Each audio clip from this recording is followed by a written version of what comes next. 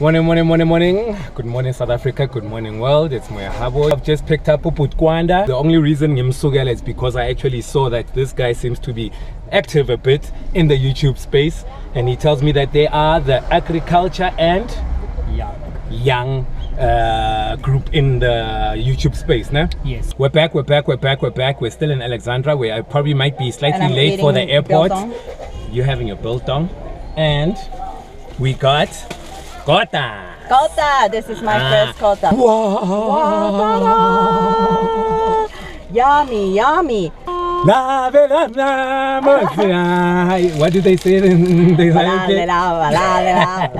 I am with Louis.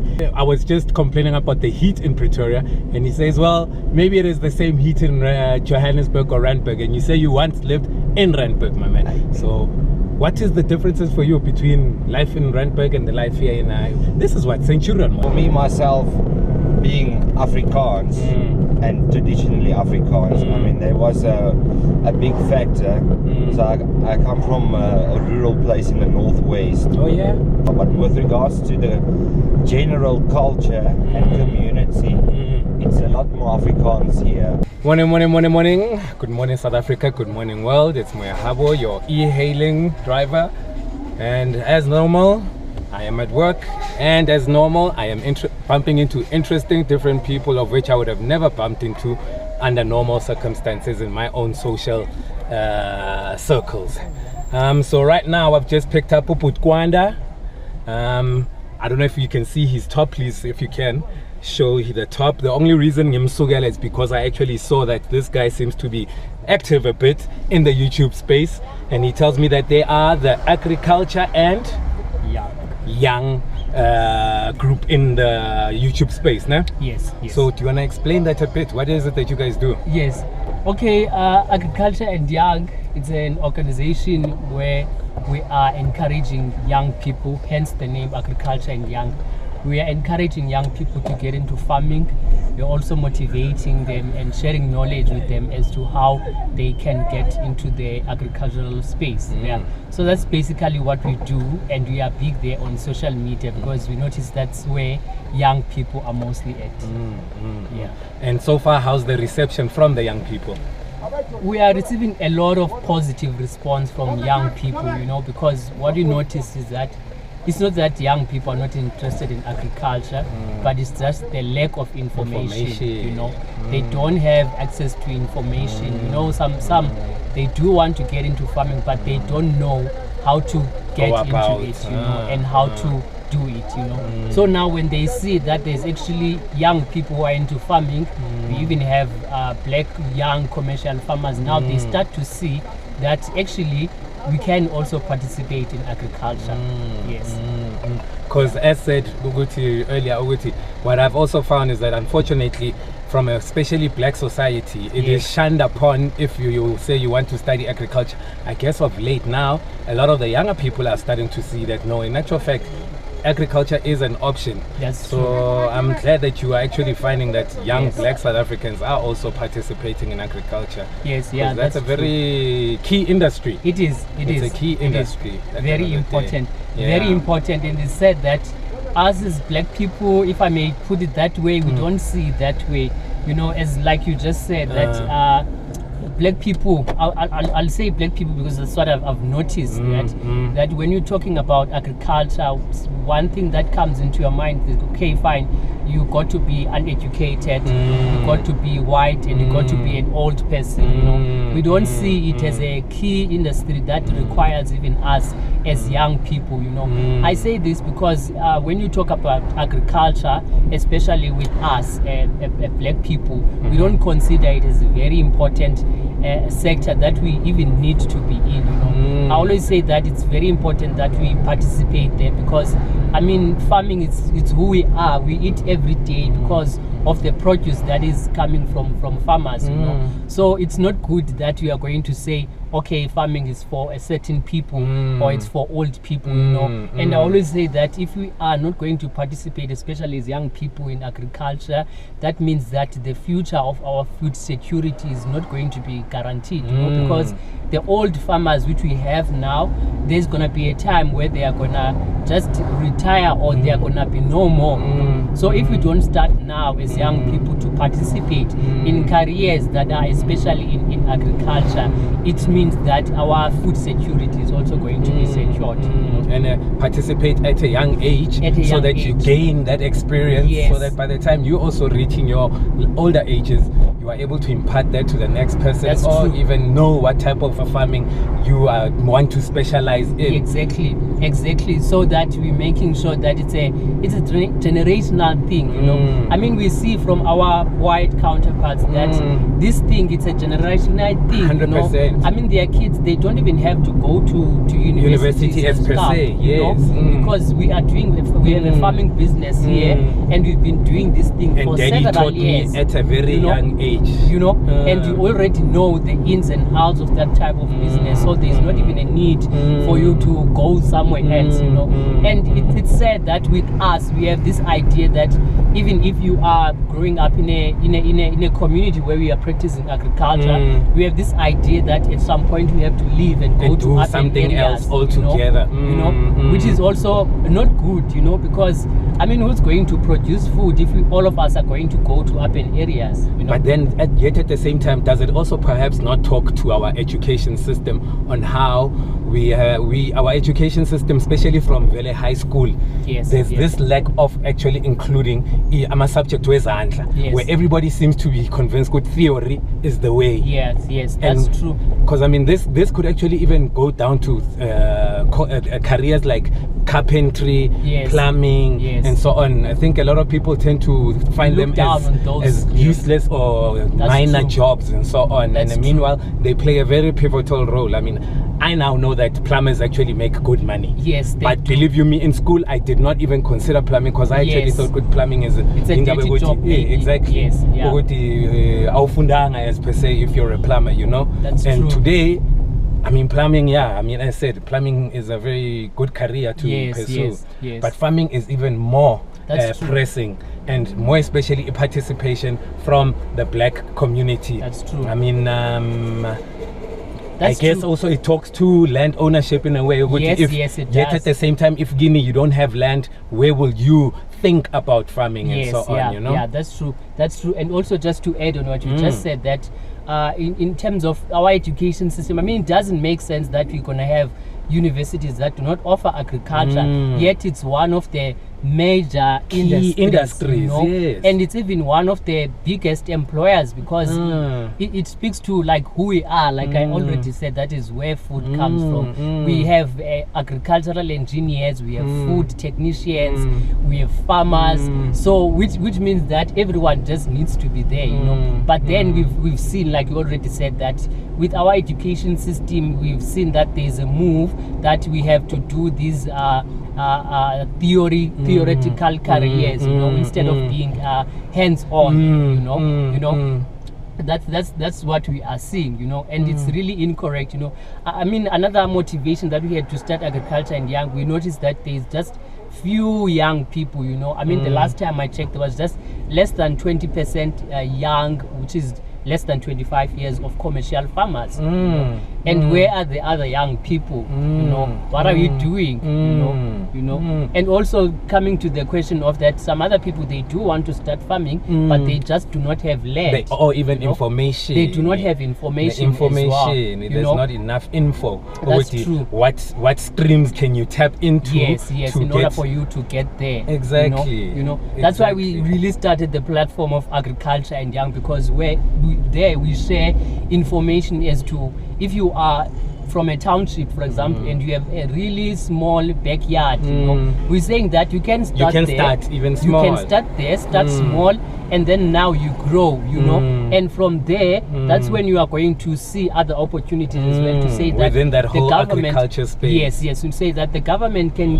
allow you to lease their land on their farm, you know, where you are going to be able to farm. At that point, you are someone who has really started something, and now you have experience and you want to grow, you know. And what we are discouraging is just someone who's going to say, I want to start farming, but you haven't started anything, you know, because that's where we also thinking that it would really lead to failure if the government is going to give farms to people who do not have experience at the end of the day, né? you know. So those farms basically you're being set up for failure, you know, in a situation like that. Yes, because you haven't started anywhere. You don't know how to grow chickens if you are going to go in the chicken industry, you know, and then now you are being given a farm, you know. How are you going to operate that farm and make sure that it is a success? So on my other question would be then, do you get any help from government as agricultural and young as a group? Or? We haven't got assistance from agriculture as yet. Yes, as yet.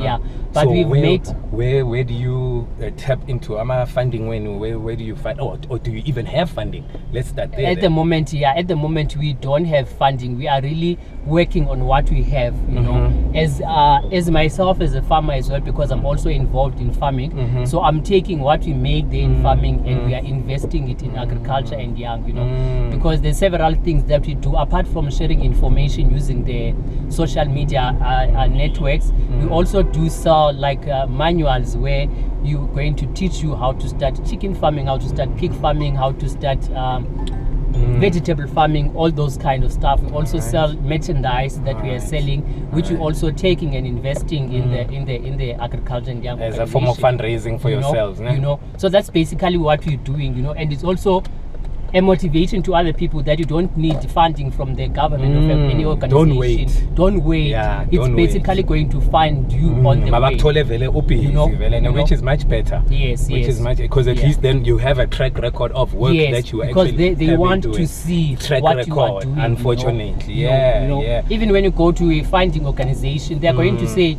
what have you done? What have you done? You know, so that's basically what we are doing. And another thing that we are doing as well, we are really promoting farmers. We are profiling them and putting them out there. There we go. Because if you are producing and you don't have market, people, they don't know about you, you're not going to make any sales and your farming business is really not going to grow. You know? So we put them there. We're profiling them on a daily basis on our social media platform. We are on our social media, they're showcasing their work. We're also using YouTube, you know, where I'm visiting farmers. I've went to several provinces where I'm meeting farmers and we are documenting their stories, you know, because we believe in the power of sharing stories.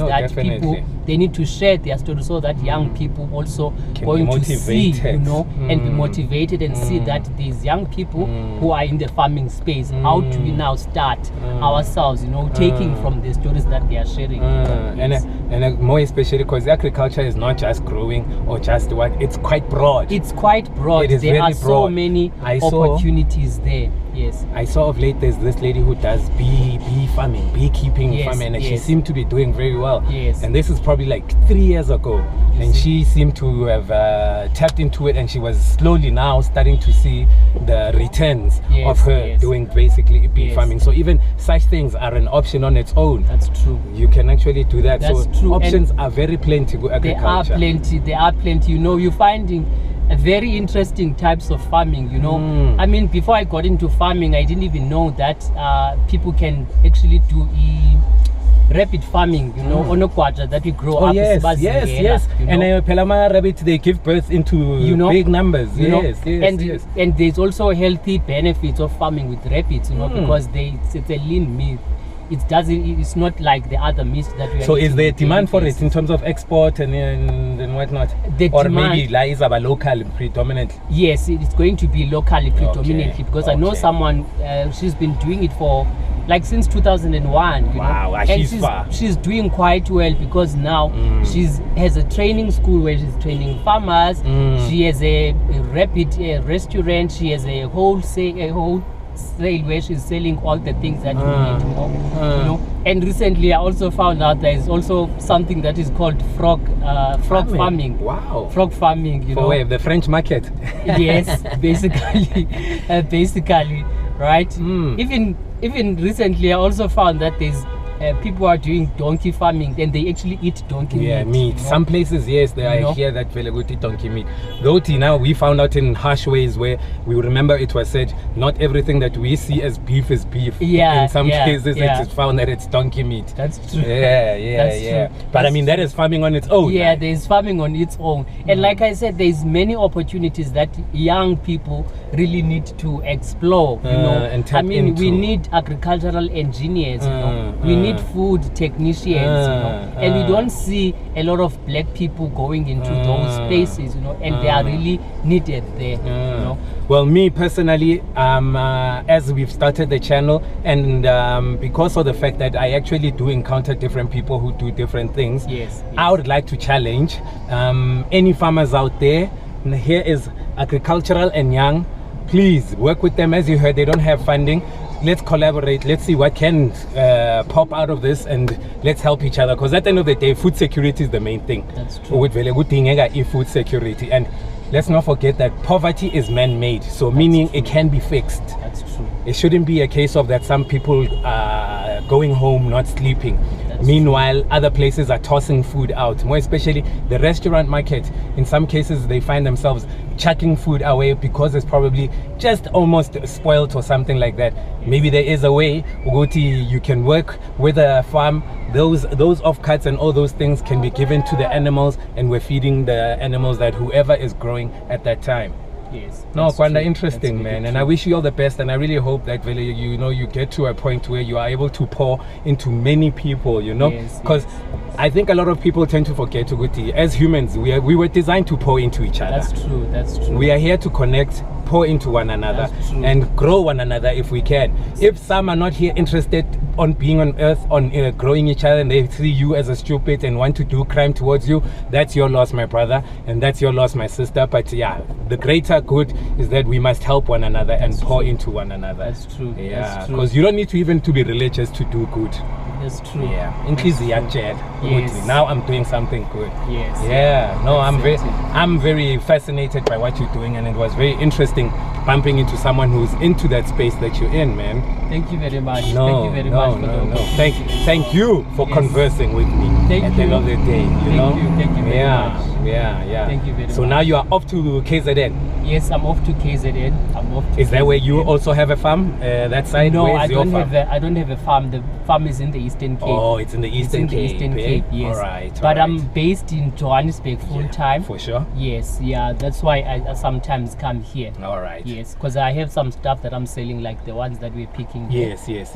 So I came here to get those. Stock up on supplies. Yes. And then basically, now heading back. Yeah. No. All the best. And then the Eastern Cape, what is it that you guys mainly do? We are focusing on chicken farming and vegetable farming. Right? Yeah, but soon we are also going to be getting into pig farming. I heard that's also a nice channel to get into. Yes, pig farming. Very profitable. Because a pig pushes quite a few piglets with one pregnancy. Yes, about 12. Listen to 12 that. in one pregnancy. Wow. You know, and another thing that people don't know is that pork is the second largest consumed meat in the world. You know, in the world. So that means that if you are into pig farming, in terms of market, you're not going to struggle. Yeah, because people, they do actually have a demand. Meat, There's a demand for pig meat. No, Kwanda, man. I think we've heard. If young people are listening, please, by all means, young people, take advantage of such things, because it would be, not everybody was born to be a theory reading person. Some people, the land needs to be worked. That's true. And we can't all be doctors, we can't all be accountants, we can't all be e-hailing drivers. So the land does need to be worked, so please, work the land. But for too, let's tap into that and let's make a living and pour into one another and grow the industry, because at the end of the day, as Kwanda said, agriculture is also a key industry, so there is a demand for this. All right, no, fair enough. On the basis that we're in the car and everything, we're just conversing. All right. It's a couple. Yeah. We're back. We're still in Alexandra, where I probably might be slightly late for the airport. you're having your biltong, and we got Kota. Kota, this is my first Kota. Imagine she's only having a Kota when she is leaving the country. This one has spice because I didn't ask for sauces, nah? Okay. So this one is yours, which has sauce and acha a bit. Thank you. My one doesn't have acha. Okay. Yeah. So yours is with a Russian, mine is with a Vienna. So I'll show you what Russian looks like. There we go. Let's open this for them. Let's open. Okay. Wow. Yummy, yummy. Oh my All goodness. hail the great Kota from mighty South Africa. What do they say in the Exactly that. Okay, so now we're off to the airport. Please have a bite. And yeah, then, I will. And let everybody know. But Sharp. But let me take a photo for my Instagram also. No, you should. Because, no, you should. Oh, you also have one as well? What? Oh, sorry, Instagram. Yeah. I thought you were talking about a channel altogether. Oh man, I should have brought you here. There's this goat, which is best friends with a rooster. Oh. They hang around together all the time. They are buddies, like right behind each other. Let's see, maybe we might see them. How do you even eat this? You grab it. I grab it. You grab it. Have you seen my hand? more. Gunjan put. Ipile mbuzi nale khute. Ngibonise le Japanese ukuthi kunama best friends wembuzi nekhute. Iyephi embuzi? Hey Tarau. Ngizokubona ngekhathi. Wow.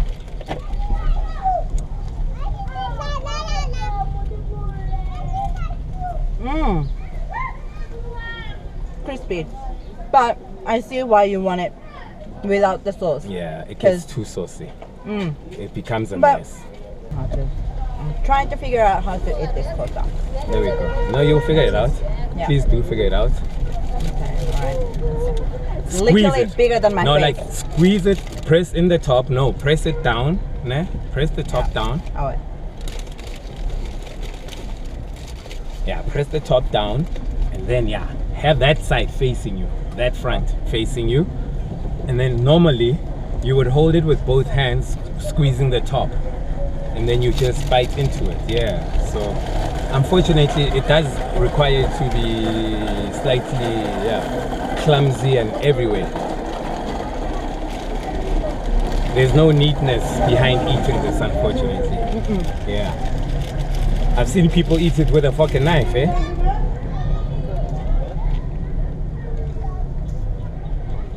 So we were meant to appear here. But I guess, someone's parking here. it's a parking lot today.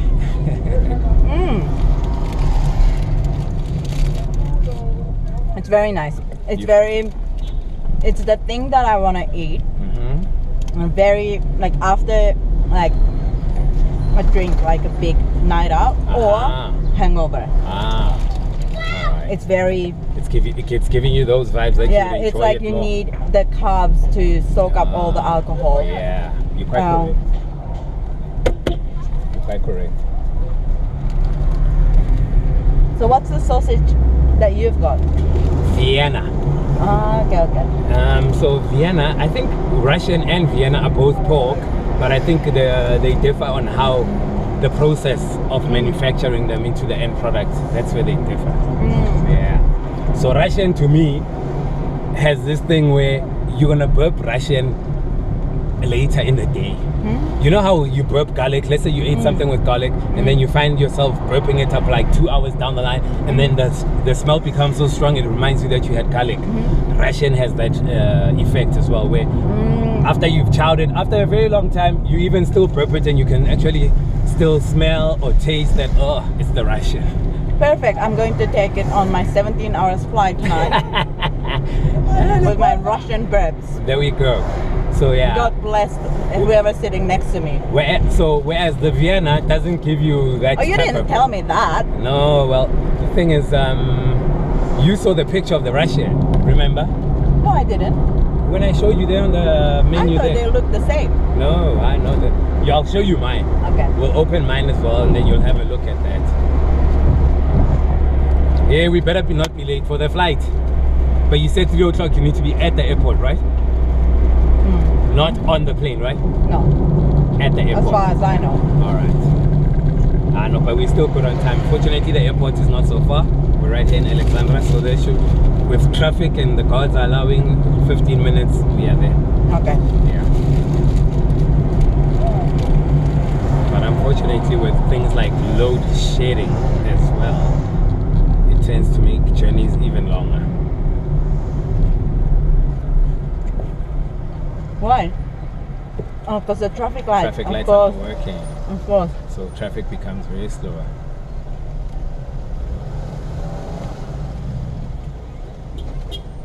You know what's interesting? Yeah. I get load shedding. I mean, I don't get load shedding, but yeah, all right, okay, the concept. But traffic light, can they find the source somewhere? Because it's for public, right? Public transport. What about like, you know? Yeah, that's something they can work on or improve, huh? So is I mean, like the load shedding in general. Oh my God. Is that the first feedback you are giving back to South Africa in regards to things that we can make better? Yeah, fix the robots. Fix all your robots.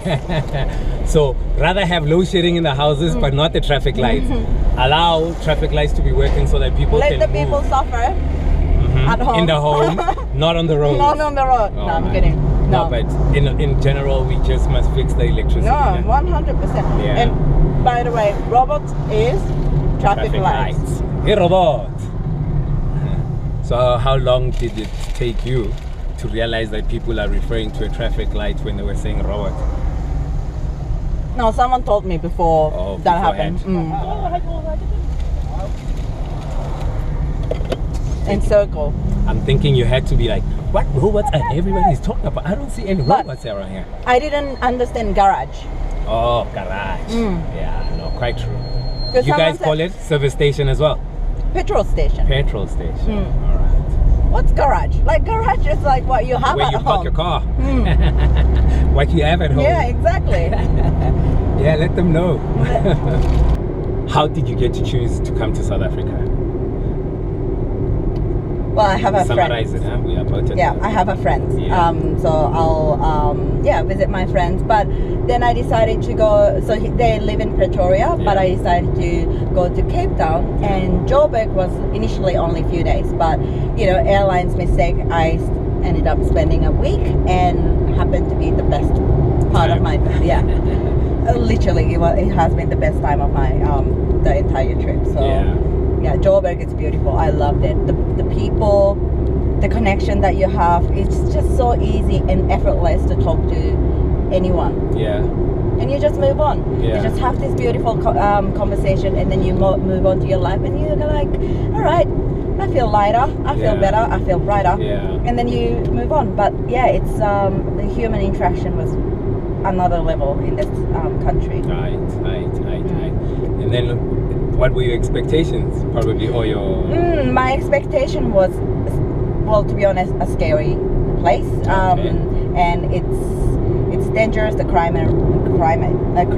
rate is high. It's not easy to. Well, even Uber, I was told that I'll be careful with Uber, but I didn't find that hard a problem at all. Like never. So I'm not sure where I got that information from and where that person got that from, but transportation wise in Uber was pretty safe and secure, and you know, I feel fine. So it exceeded your expectations. Yep. It killed the whole misconception or the information that you were fed, right? Yeah. All right. But you do know that at the end of the day, yes, there is a level of truth behind that. There is crime in South Africa. Yes, that one is an honest statement. We do have a slightly high crime rate, but I actually do find that, more especially where tourists are concerned, let's say out of 10, 3 will probably go through crime or something like that. You know? That statement, probably another person in the comments will say, PS, it's actually more than that and whatnot. They'll probably argue with what I'm saying. But I tend to find that most tourists actually do not get to experience the crime that everybody sells them. Yeah. so much. And of which it's slightly sad because that's the narrative that is being pushed the most, more than actually reminding people that South Africa is a beautiful country with beautiful people and whatnot, you know. So when did you find that South Africans are beautiful people? Oh my God, I cannot express that enough. And I haven't paid you, ne? I'm not paying you to say all of this, right? Just this Kota. I'm Just kidding. the- I'm oh, kidding. yeah, I bribed her with a Kota buffet, you know. I gave her cold drink. Have they told you about cold drink? No. So cold drink is basically the statement for the law enforcement people when you are trying to get out of trouble. They ask you for cold drink. Okay. Yeah. I think you'll do the maths, ne? Okay. Yeah. Yeah. Okay. So Luana, I bought you cold drink right now. Yeah. For sure. So so you're saying you found South Africans to be hashash? So good. I've definitely come back, and I'm planning, and yeah, I'm already like in my head.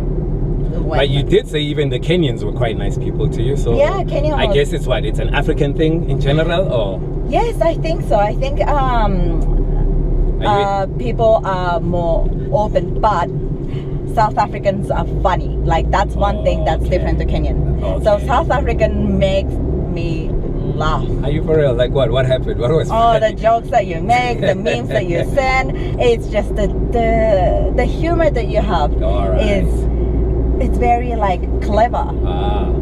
We are witty. Very witty. And I do enjoy that very much. There we go. There's a compliment essay. Big up.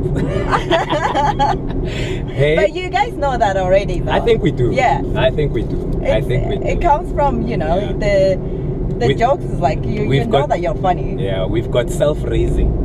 Do you know what self-raising? No, tell me. There's this flour basically to either to make bread. Self-raising. Yeah. We've got self-raising. Okay, alright. We don't need yeast. Even that kind of thing. We don't need yeast. Analogy is like, what? Why?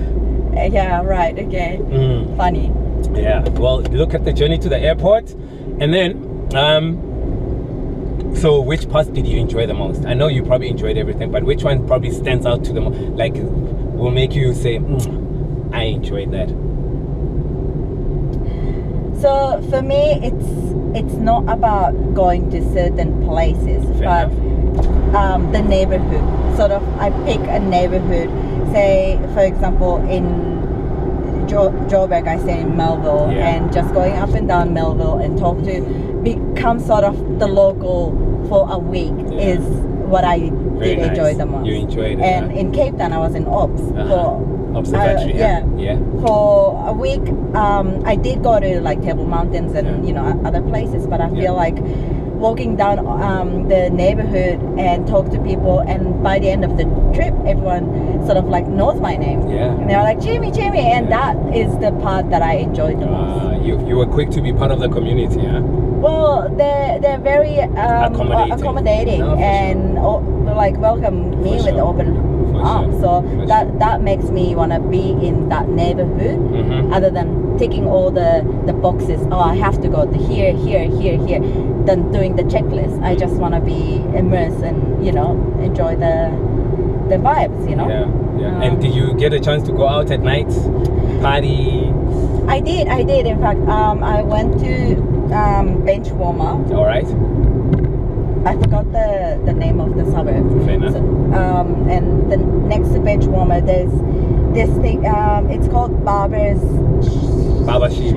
Yeah. Ah, you were with Pearl. No, I wasn't with Pearl. I was with my friend. But I think then you were close to Craig Hall Park. If I remember, or maybe Baba Sheep is Rosebank. I think maybe it could be Rosebank. Close to Rosebank. I think it could be Rosebank. Yeah. And how was all that? It was so much fun. So we saw a local hip hop artist from, I think it started from 7, and we were there until 11 o'clock, and we went back to Melville, and there was jazz session on Wednesday. Oh, so, you saw the joy? Oh, yeah. I love those Wednesday jazz, I loved it. It was just from good music, huh? Oh, it's so good. Good so music. from like local hip hop, and jealous. you know, enjoying the vibes to like really like the hip hop artist was really talented too, but the jazz artists, they took the show, eh? and it's so low key. People are just there casually Chilled, drinking, chilled, and the music they play is like, oh, this is Wednesday night, you know. Problems or issues, but they Morning. It's Moya Habo, your favorite e-hailing driver. So he was just I was just complaining about the heat in Pretoria, and he says, well, maybe it is the same heat in Johannesburg or Randburg, and you say you once lived in Randburg, my man. So what is the differences for you between life in Randburg and the life here in this is what Centurion, wasn't it?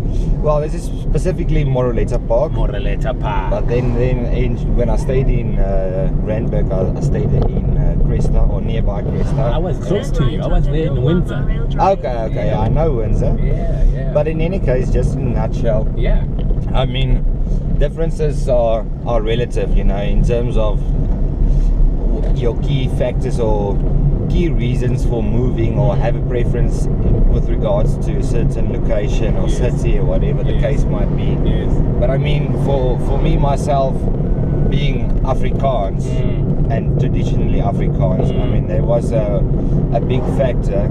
So I come from a rural place in the northwest.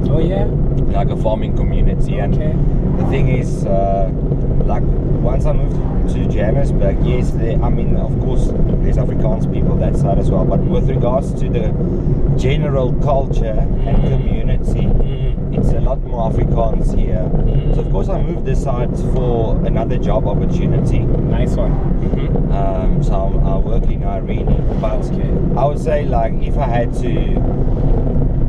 say, I definitely prefer Pretoria.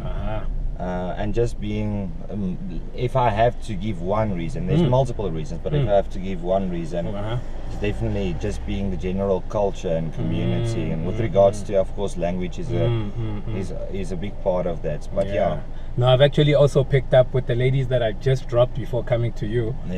Though we spoke in English a bit, they were very quick to you know, and I'm not like just them, but I mean, I think perhaps in the Gauteng, outside of Johannesburg, probably Pretoria and probably the Vaal would have the strongest Afrikaans presence. Of course, and I think, you know, like we as Afrikaans people, we tend to, like, we're very confident, and it's quite easy for us to speak Afrikaans because it's our native language. And then we've got very, how can I say, very strong accents when we speak English. And no, it's just a general thing. You don't want to feel stupid or dumb when you speak Afrikaans, when you speak English. But me, I don't care personally, because I know at the end of the day, the other person across the table or next to me will understand exactly what I'm saying. It's just that if you are born and bred English, you can definitely pick up very quickly, immediately. Quite true. You'll realize that I'm Afrikaans. But it's also, you know, it's and I guess a sense of community. The Pretoria seems to have a very strong sense of community. Correct. I see even when you guys are having little festivals, they get very packed. Exactly. Because it's basically a case of let's support one another.